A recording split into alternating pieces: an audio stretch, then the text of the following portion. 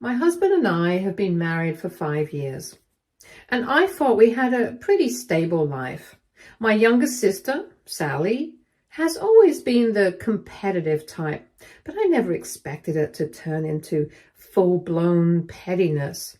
She's the kind of person who thrives on comparing herself to others and constantly needs to prove she's doing better than everyone else. Growing up, this was mostly harmless sibling rivalry. She'd brag about getting better grades or having more friends, but I always figured it was just a phase she'd grow out of. Apparently, I was wrong. About 2 years ago, Sally started dating my husband's younger brother, Andrew.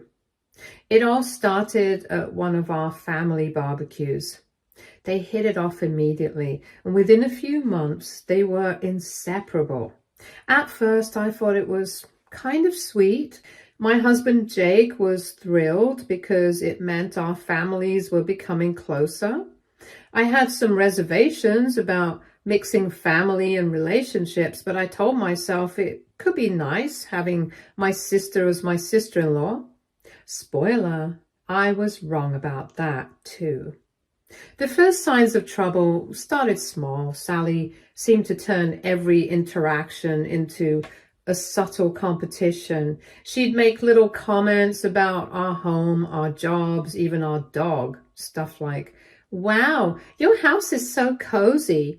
Andrew and I were thinking of something bigger, but this is cute." Or, "Oh, Jake's still working at his old company? That's great. He's so loyal. Andrew's thinking of moving to a more senior role soon." I tried not to let it bother me. I mean, that's just Sally being Sally, right? But it was constant, and it started to wear on me.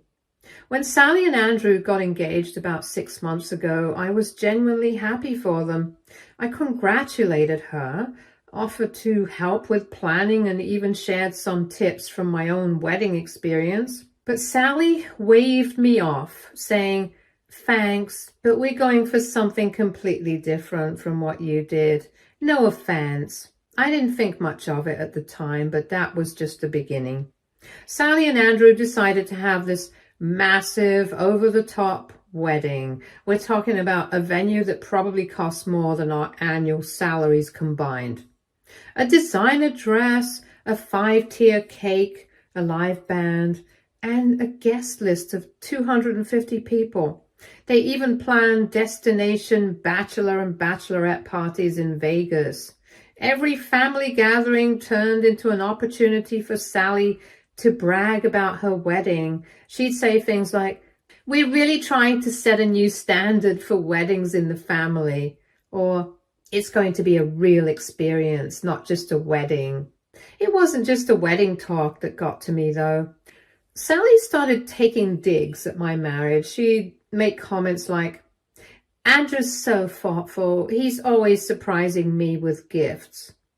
Does Jake ever do that for you?" Or, "I feel so lucky to have found someone who's really ambitious."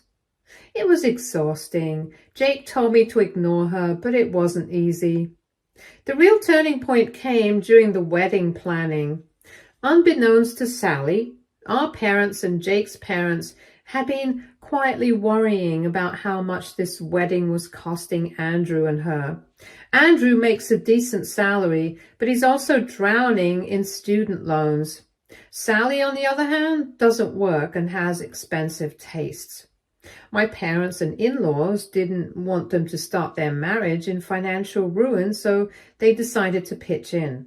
Jake and I even contributed a significant amount as a goodwill gesture. We didn't want to make a big deal about it, so we kept it quiet. Sally, of course, assumed Andrew was footing the entire bill. She'd gush about how lucky she was to have a fiancé who could give her such a luxurious wedding.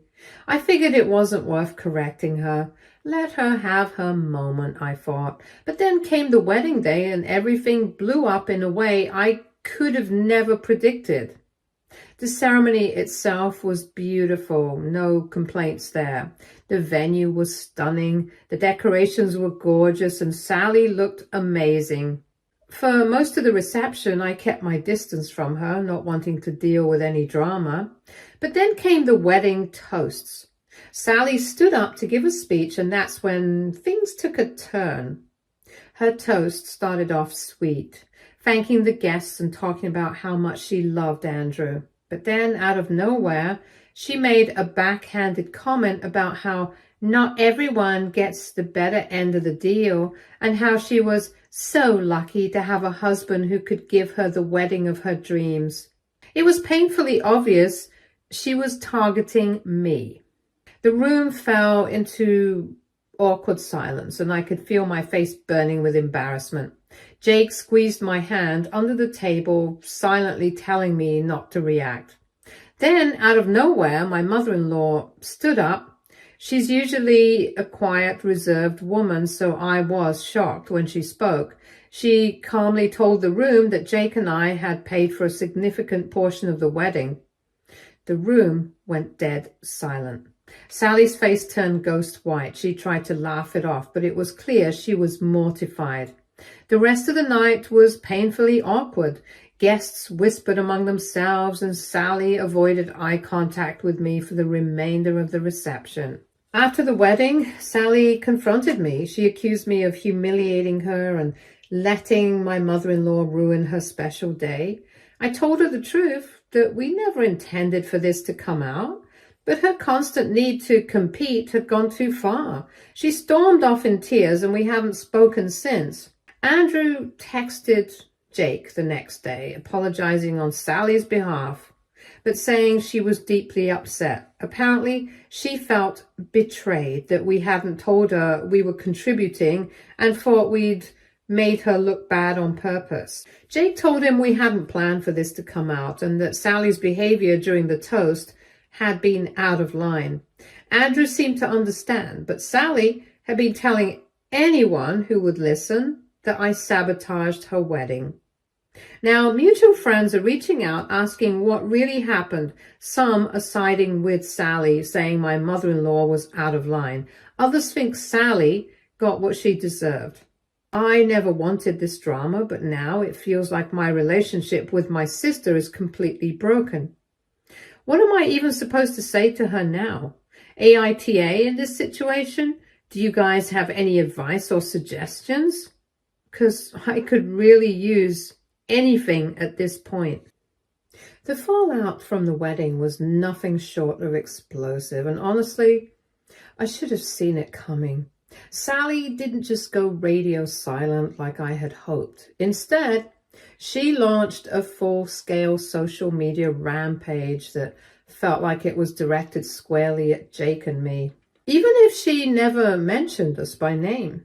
It started the very next day with cryptic Instagram stories. She posted things like, "Some people just can't stand to see you happy," and "It's always the ones closest to you who betray you." A few hours later, she shared a meme that said, "Fake family is worse than fake friends." At first, I tried to give her the benefit of the doubt, thinking maybe she was venting about something else. But then came the Facebook posts, and there was no mistaking who they were about.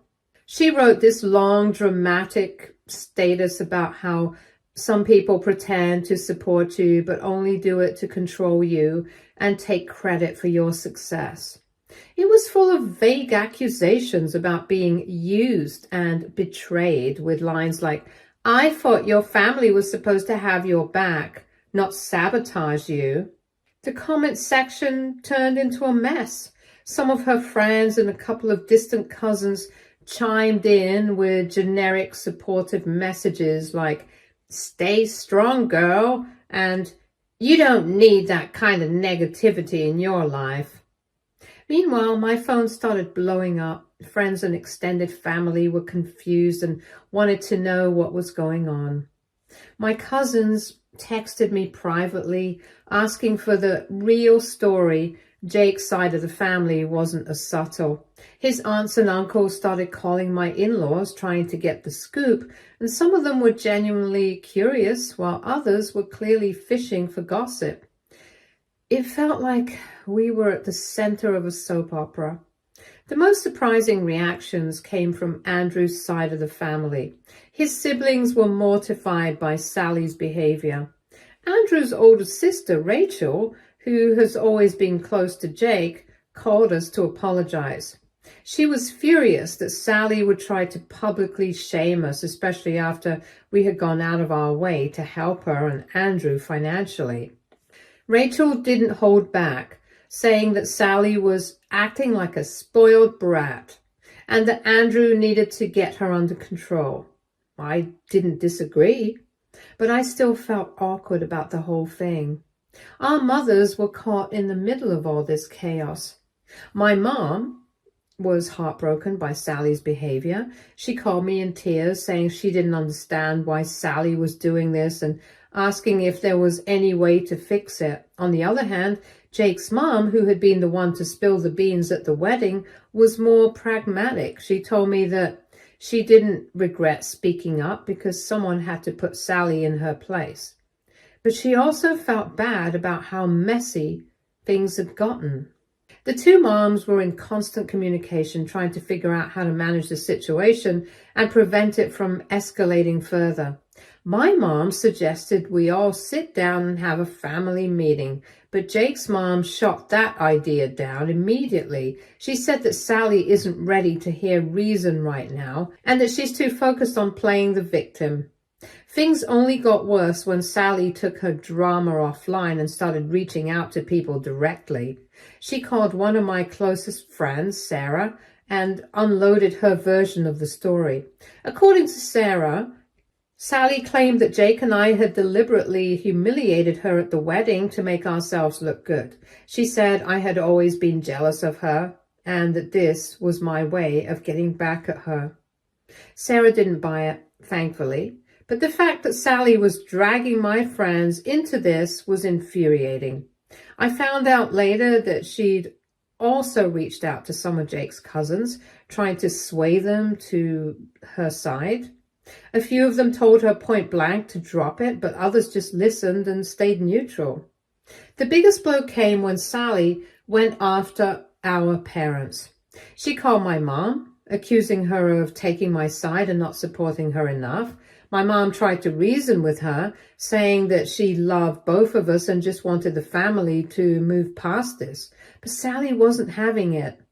She accused my mom of always favoring me and said she felt like an outsider in her own family. The phone call left my mom devastated. Sally also called Jake's mom, demanding an apology for what had happened at the wedding. Jake's mom refused, saying that she had only spoken up because Sally's toast was uncalled for and hurtful. She told Sally that she should be grateful for all the support she'd received instead of trying to tear everyone down. That didn't go over well. Sally hung on her, and the two haven't spoken since. Andrew, meanwhile, was caught in the middle. Jake and I didn't hear much directly from him during this time, but Rachel told us that he was completely stressed out and unsure how to handle Sally's outbursts. According to Rachel, Andrew felt guilty about the whole situation but didn't want to upset Sally by defending us too strongly. It sounded like he was trying to play peacemaker. Jake and I tried to keep our heads down and not engage with Sally's antics, but it was hard to ignore the ripple effect. Some of our mutual friends started distancing themselves, probably because they didn't want to get dragged into the drama. A few even unfollowed Sally on social media because her constant ranting was getting to be too much. The final straw came about a week after the wedding when Sally sent me a long, rambling email. It was full of contradictory emotions, anger, hurt, and a weird sort of entitlement. She accused me of ruining her wedding, being jealous of her and trying to steal her spotlight. She also demanded an apology from me and Jake, as well as a promise to stay out of her life if we couldn't be supportive. I didn't respond. At this point, I don't know if there's anything I could say that would make things better. Jake agrees that it's best to just let her cool off, but part of me wonders if this is something she'll ever get over. Things took a dramatic turn when Sally crossed a line I never imagined she'd dare to cross. She showed up at my workplace. It was a normal Monday morning. I was at my desk trying to get through emails when the receptionist buzzed to let me know someone was there to see me. I wasn't expecting anyone, so I was a little confused, but I told her to send them up. Moments later, Sally burst through the office door. Before I could even process what was happening, she launched into a tirade. She started yelling about how I had betrayed her, ruined her wedding, and made her look like a fool. My co-workers stopped what they were doing and stared, their jaws practically on the floor. I could feel the heat rising in my face as I tried to stay calm and ask her to leave. But Sally wasn't having it. She started screaming louder, accusing me of sabotaging her and stealing her moment. Her voice echoed down the hallway, and I could see people peeking out of their offices to see what was going on. Security was called, and 2 guards arrived within minutes. They tried to escort her out, but she made a scene in the lobby, shouting that I was a fake sister and that our entire family had conspired against her. By the time she was finally removed from the building, I was mortified. My boss, who had witnessed most of the spectacle, called me into his office. I thought for sure I was about to get reprimanded. Instead, he surprised me. He was kind and understanding, saying that he knew family drama could get messy. He reassured me that my job was safe and even offered me a few days off to recover. He mentioned that he knew Jake through mutual professional connections and had heard good things about us, which was a relief in such a stressful moment. When Jake found out, he was livid. He couldn't believe Sally had stooped so low. He wanted to file a restraining order immediately, but I wasn't sure if we were ready to take that step. The mental toll of their actions, however, were undeniable. I was completely on edge, jumping at every notification on my phone, looking over my number in public. Our usual peaceful home felt invaded by Sally's chaos. Jake and I spent hours at night discussing our options. We debated between taking legal action or trying to preserve what little remained of family harmony. Jake leaned towards the former, while I was still clinging to the hope that Sally would come to her senses. Just when I thought things couldn't possibly get more chaotic, my mom called me in tears to share yet another incident with Sally. This time it involved a confrontation at Target, of all places. My mom lives about 40 minutes away from Sally, and there's no way this was just a coincidence. Sally had clearly gone out of her way to corner her there. My mom explained that she had been browsing in the home goods section when Sally appeared out of nowhere. At first, my mom thought it was a random meeting and greeted her warmly, trying to stay positive despite everything that had been going on. But Sally wasted no time making her intentions clear. According to my mom, Sally went on a tirade claiming that I was the favored child and that our parents had always prioritized me over her. She accused my mom of taking a blind eye to what she called my calculated attempts to steal her spotlight. She even brought up childhood grievances, things like how I supposedly got better birthday parties or more praise for my accomplishments. As if every resentment Sally had ever felt was spilling out at once. And my mom was the easiest target. My mom, bless her, tried her best to stay calm and reason with her. She explained over and over that she loved us both equally and had never favored one child over the other. She said that she just wanted the family to heal and move past all this drama. But Sally wasn't interested in hearing it. She interrupted my mom repeatedly, dismissing her attempts to mediate and accusing her of being blind to the way I supposedly manipulated everyone around me. My mom and Sally's tone was the harsh and combative, almost like she was looking for a fight. The confrontation lasted about 20 minutes. right there in the middle of the store. My mom was completely shaken by the time Sally finally stormed off. She called me from her car, her voice trembling as she recounted what had happened. Hearing her so upset broke my heart. My mom is one of the kindest, most patient people I know, and she didn't deserve to be dragged into this mess.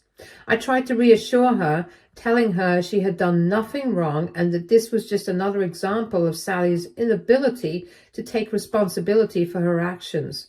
But deep down, I felt guilty, even though I knew it wasn't my fault. I hated that my mom was now caught in the crossfire of this ongoing feud. Jake, on the other hand, was livid. He paced the living room as I relayed the story, his fists clenching and unclenching. "This is harassment," he said, his voice low and angry. "She's dragging your mom into her delusions now. Enough is enough. We need to do something." By something, Jake meant legal action. He had been pushing for it ever since Sally's meltdown at my workplace, and now he was more determined than ever. "She's not going to stop," he said. "You've seen that. She's escalating, and we can't just sit back and let her keep doing this."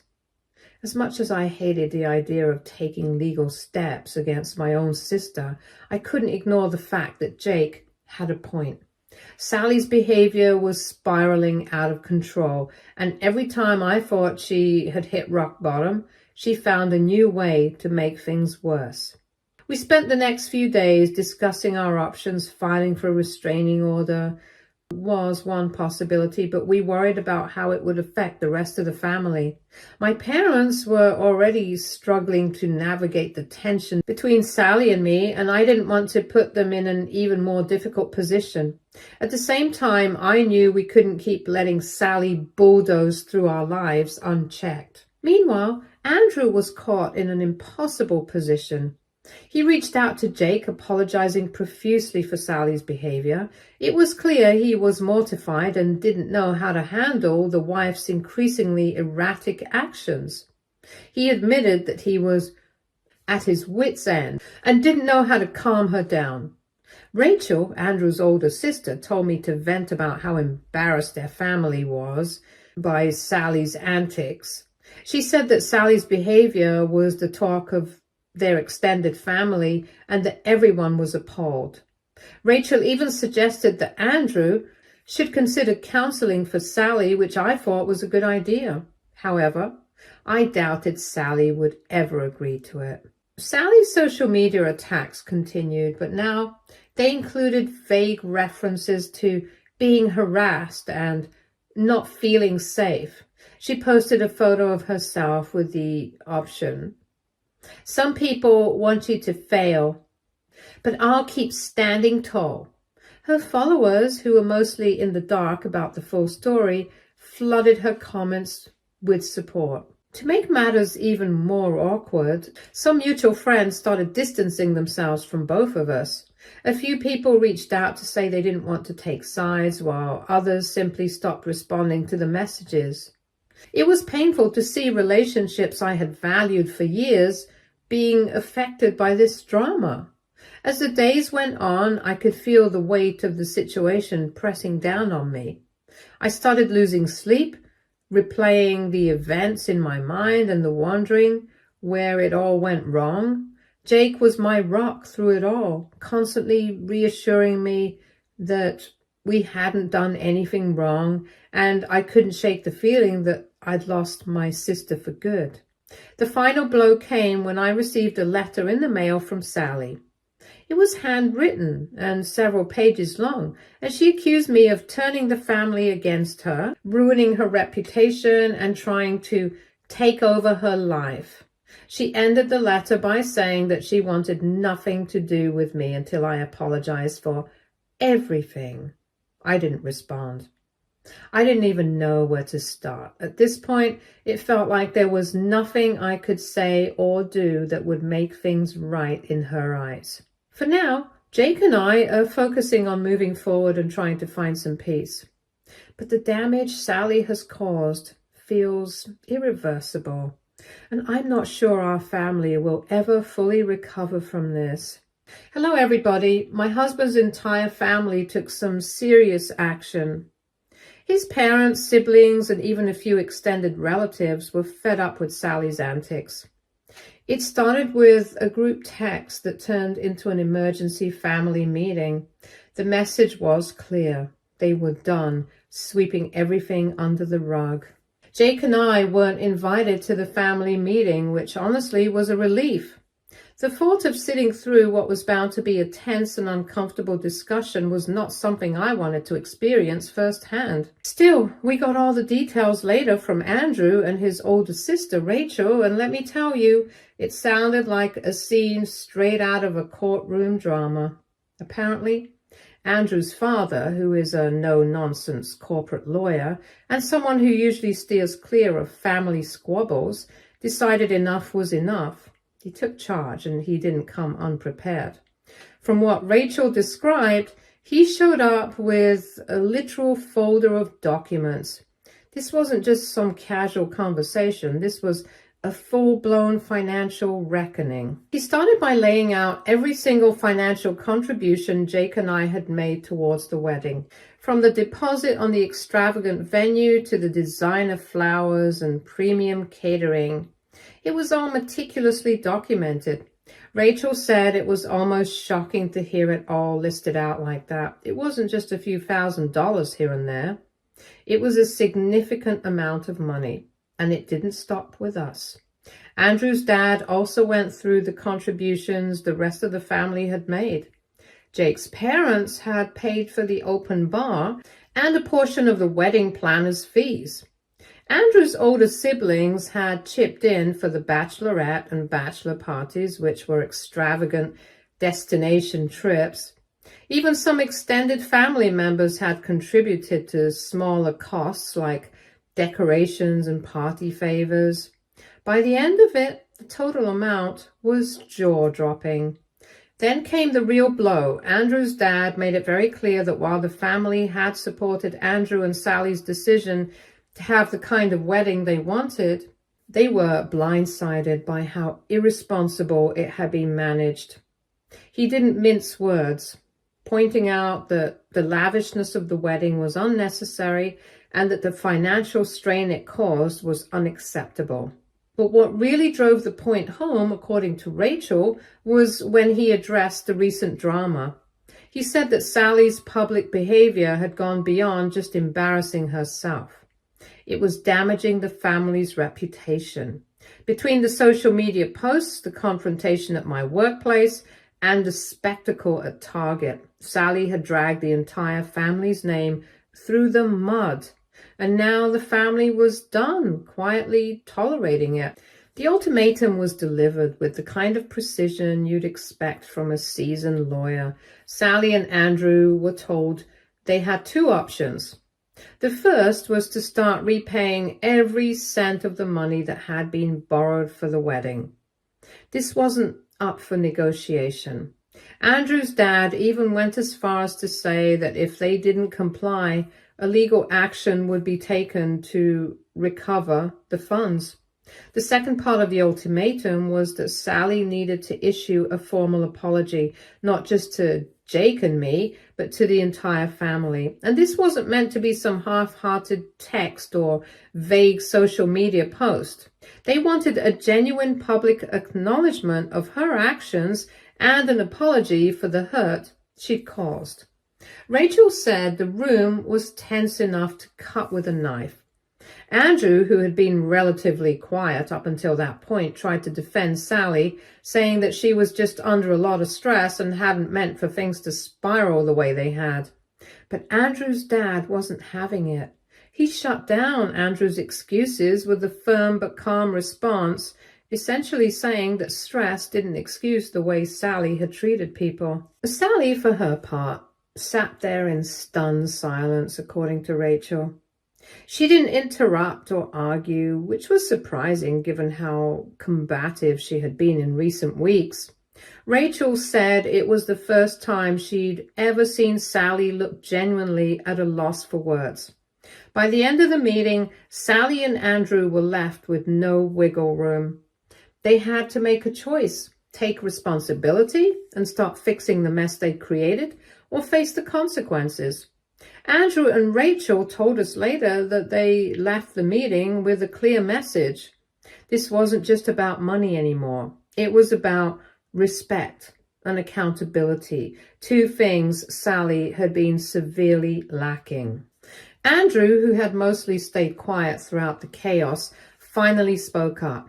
He admitted that he felt trapped between loyalty to his wife and frustration with her actions.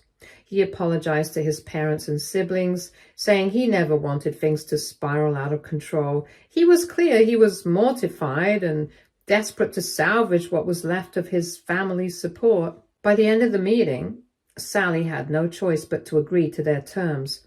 She looked visibly defeated. Rachel said, and even tried to shift the narrative to make herself the victim once again. But the family wasn't having it. Shortly after the meeting, I received a text from Sally. It was a weak attempt at an apology, clearly written under duress.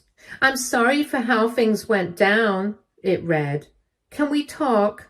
I stared at the message for a long time. Part of me wanted to respond, to hash things out and try to salvage our relationship.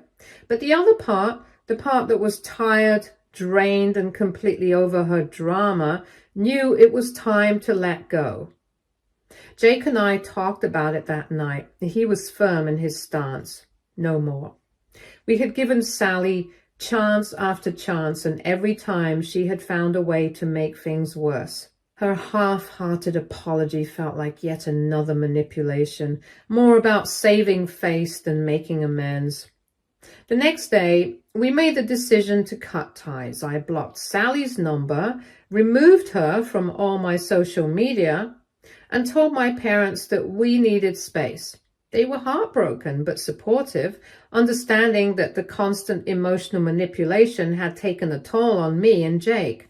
Sally's reaction was predictable. She took to social media again, posting vague messages about losing family ties and standing strong despite betrayal. This time, though, the response was different. People were tired of the drama. The likes and comments were fewer, and even her staunchest supporters seemed to be losing interest. Meanwhile, Andrew started making small payments towards the wedding expenses. It wasn't much, but it was a start. Jake and I appreciated the gesture, though we made it clear to Andrew that our issue wasn't about the money. It was about the respect and boundaries Sally had trampled over repeatedly. In the weeks that followed, life started to feel normal again. Jake and I focused on our careers, our friends, and the quiet life we'd worked so hard to build. We even took a short trip to the mountains to decompress and reconnect. My parents and Jake's parents continued to communicate with Sally, though they respected our decision to distance ourselves. My mom mentioned that Sally had started seeing a therapist, which I took as a small glimmer of hope. Maybe, just maybe, she would eventually learn from all of this. As for the rest of the family, the fallout was undeniable. Andrew's parents were still upset, but seemed to be mending their relationship with him. Rachel told me she was cautiously optimistic that Andrew could steer Sally towards a better path, though she admitted it would be a long road. And for me, the biggest takeaway was learning the importance of boundaries. It was painful to cut ties with my sister, but it was also liberating. I realized that family doesn't mean tolerating toxicity, and sometimes the best thing you can do is step away and protect your peace. Jake and I are stronger than ever, and while I miss the relationship I once had with Sally, I've made peace with the fact that it may never return. For now, I'm choosing to focus on the people and things that bring joy to my life. And honestly, that feels like a win. Stay tuned for more stories from our girl relationships.